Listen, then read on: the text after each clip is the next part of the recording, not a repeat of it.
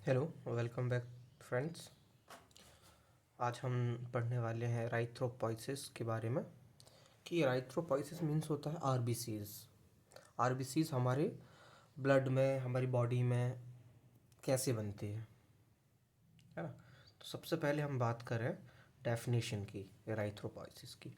तो definition, it is the process which is origin, development, maturation, growth, formation or production of RBCs are called erythrocyte। मतलब हम हमारे body में RBCs का बनना ही उसे हम राइथ्रोपॉइसिस कहते हैं। और हीमोपॉइसिस मीन्स होता है it is the process which is production of formation and maturation all cells of the blood is known as hemopoiesis।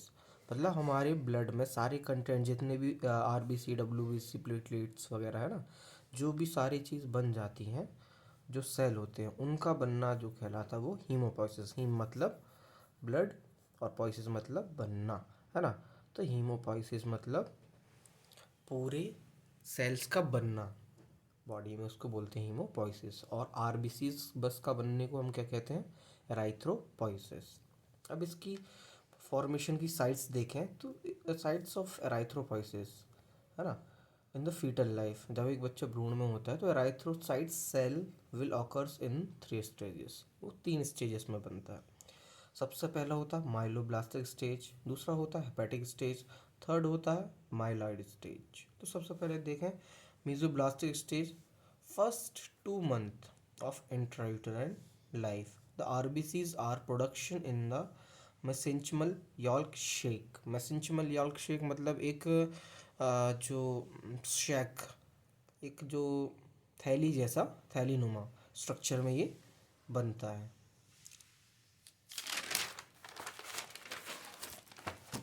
Then उसके बाद हम सेकेंड स्टेज की बात करें तो सेकेंड स्टेज में आता है हमारा हेपेटिक स्टेज। हेपेटिक को हम लिवर भी कहते हैं, है ना।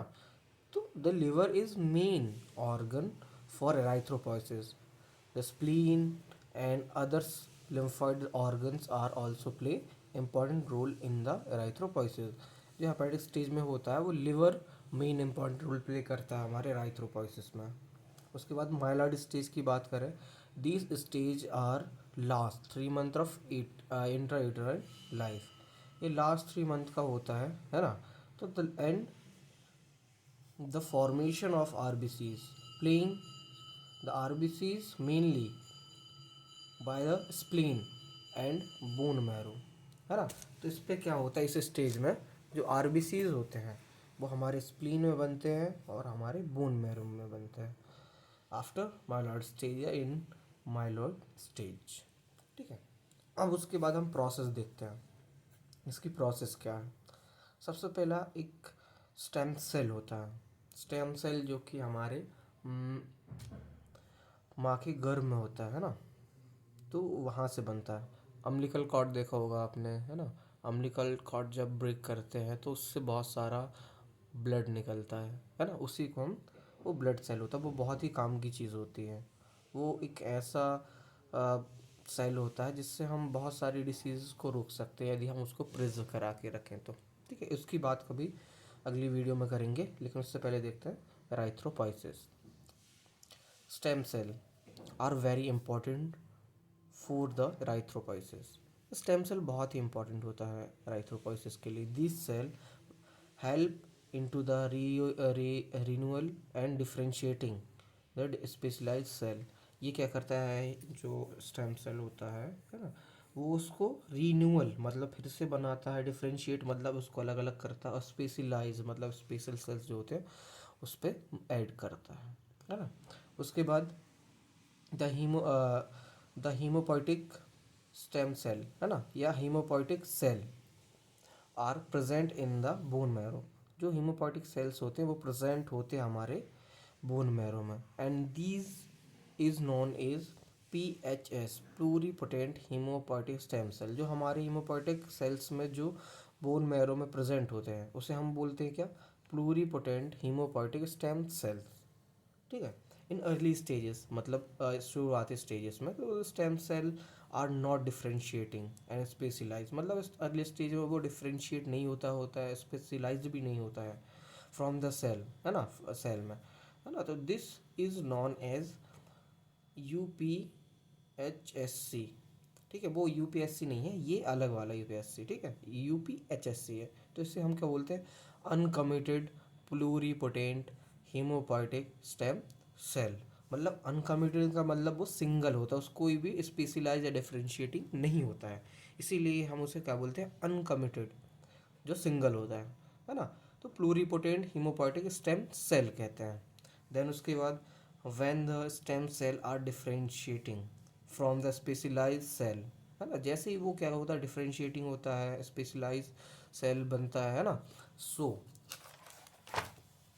इट इज़ कॉल्ड CPHSC, मतलब committed pluripotent haemopoietic stem cell बन जाता है। मतलब जैसे उस पर डिफ्रेंशिएटिंग होता है, स्पेशलाइज होता है, तो वो एक से दो हो जाते हैं, तो उससे हम क्या बोलते हैं, कमिटेड, है ना।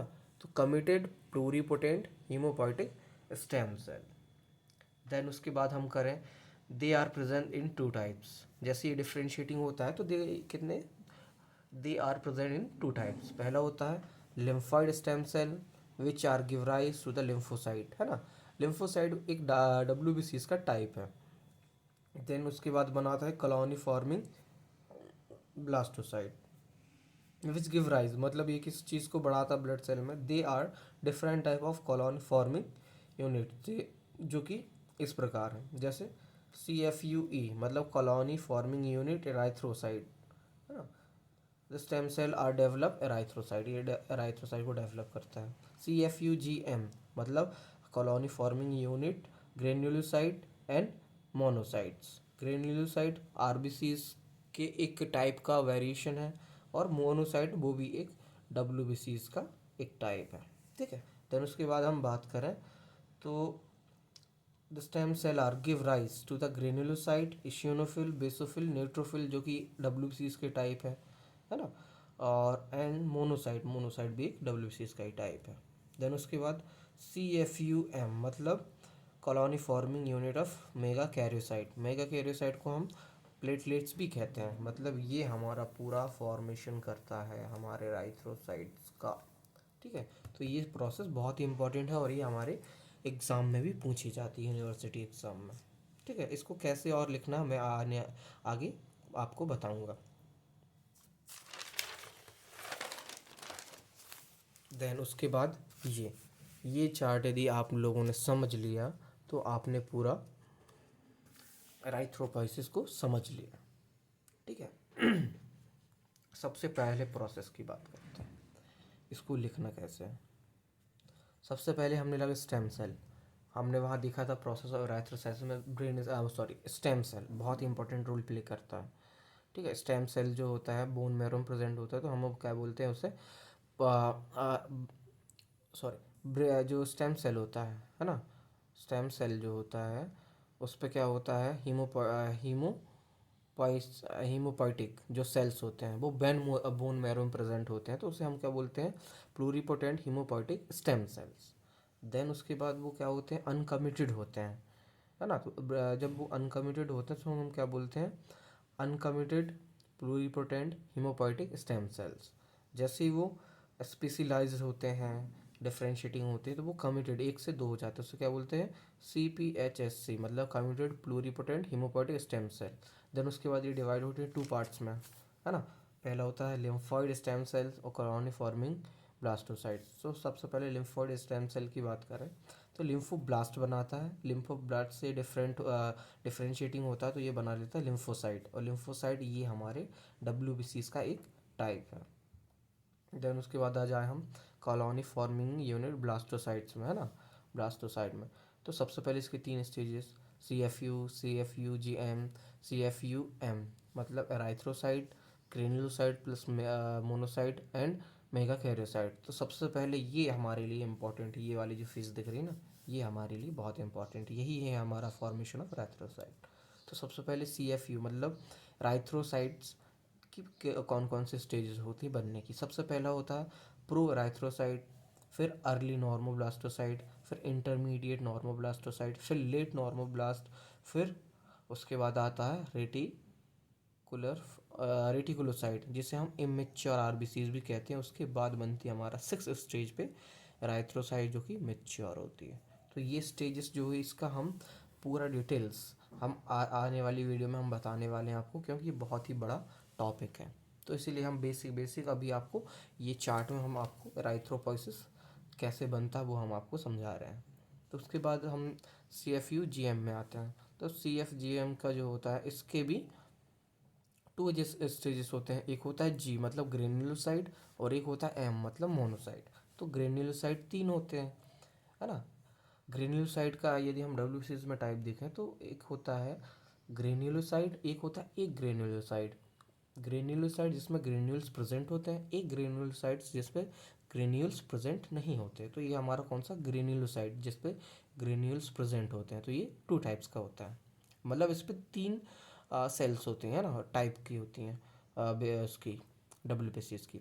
सबसे पहले हम बात करें, ये होता है न्यूट्रोफिल, फिर इस्चिनोफिल और बेसोफिल। ये 3 टाइप में जो ब्लड सेल है हमारे WBCs की, है ना, इस पे ग्रेन्यूल्स प्रेजेंट होता है ना। उसके बाद हम बात करें मोनोसाइट। मोनोसाइट कैसे बनता है, तो मोनोसाइट जो होता है सबसे पहले मोनोब्लास्ट बनाता है, फिर प्री मोनोब्लास्ट बनाता है, फिर देन उसके बाद जाके बनता है यहाँ पे मोनोसाइट। ठीक है, देन उसके बाद हमारा ये आ गया CFU-M, ठीक है, मतलब colony forming unit mega karyocyte. ये यहाँ पे थोड़ी जगह नहीं बची हुई तो इसको मैंने यहाँ पे कर दिया है समझने के लिए कि, लेकिन चार्ट में आप बनाएंगे तो आप इसी के नीचे ही इसको लिखेंगे। ठीक है, लिखिएगा। तो CFU-M मतलब colony forming unit mega karyocyte. Mega karyocyte ये क्या करता है, डायरेक्ट बना देता है यहाँ से प्लेटलेट्स बना लेता है। ठीक है, उसके बाद हम देखते हैं ये कैसे बना, है ना। सबसे पहले हम बात करें हमारे ब्लड में कौन कौन से कंटेंट्स प्रेजेंट होते हैं। ठीक है, 3 सेल्स प्रेजेंट होते हैं, कौन कौन से, RBCs, WBCs और प्लेटलेट्स, है ना। और सीरम और प्लाज्मा वो अलग है ना। तो 3 सेल्स की हम बात करें तो सबसे पहले देखो हमारा बन गया क्या, एराथ्रोसाइट मतलब RBCs बन गई हमारी। ठीक है, उसके बाद हम बात करें WBCs के कितने होते हैं, 5 कंटेंट्स मिलते हैं उस पर। सबसे पहला लिम्फोसाइट्स 1, न्यूट्रोफिल, इसियोनोफिल, बेसोफिल 3, और ये 4 है ना, मतलब 1 2 3 4 और ये 5। तो ये 5 हो गए अपने किसके, WBCs के। और तीसरा अपना ये प्लेटलेट्स। ठीक है, तो ये हो गया अपना किसका, पूरा फॉर्मेशन ऑफ एराथ्रोसाइट। अब इसका जो डिटेल्स है वो हम आपको, जो इसकी फेजेस हैं इसका डिटेल हम अपनी नेक्स्ट वीडियो में आपको बताएंगे, इसकी पूरी डिटेल्स, क्योंकि ये बहुत ही बड़ा टॉपिक है। Hope you like the video, और यदि आपको वीडियो पसंद आई हो तो चैनल्स को लाइक, कमेंट और सब्सक्राइब ज़रूर करें, और अपने फ्रेंड्स को भी शेयर करें ताकि उनकी भी हेल्प हो सके। और नोट्स के लिए आप हमें कमेंट कर सकते हैं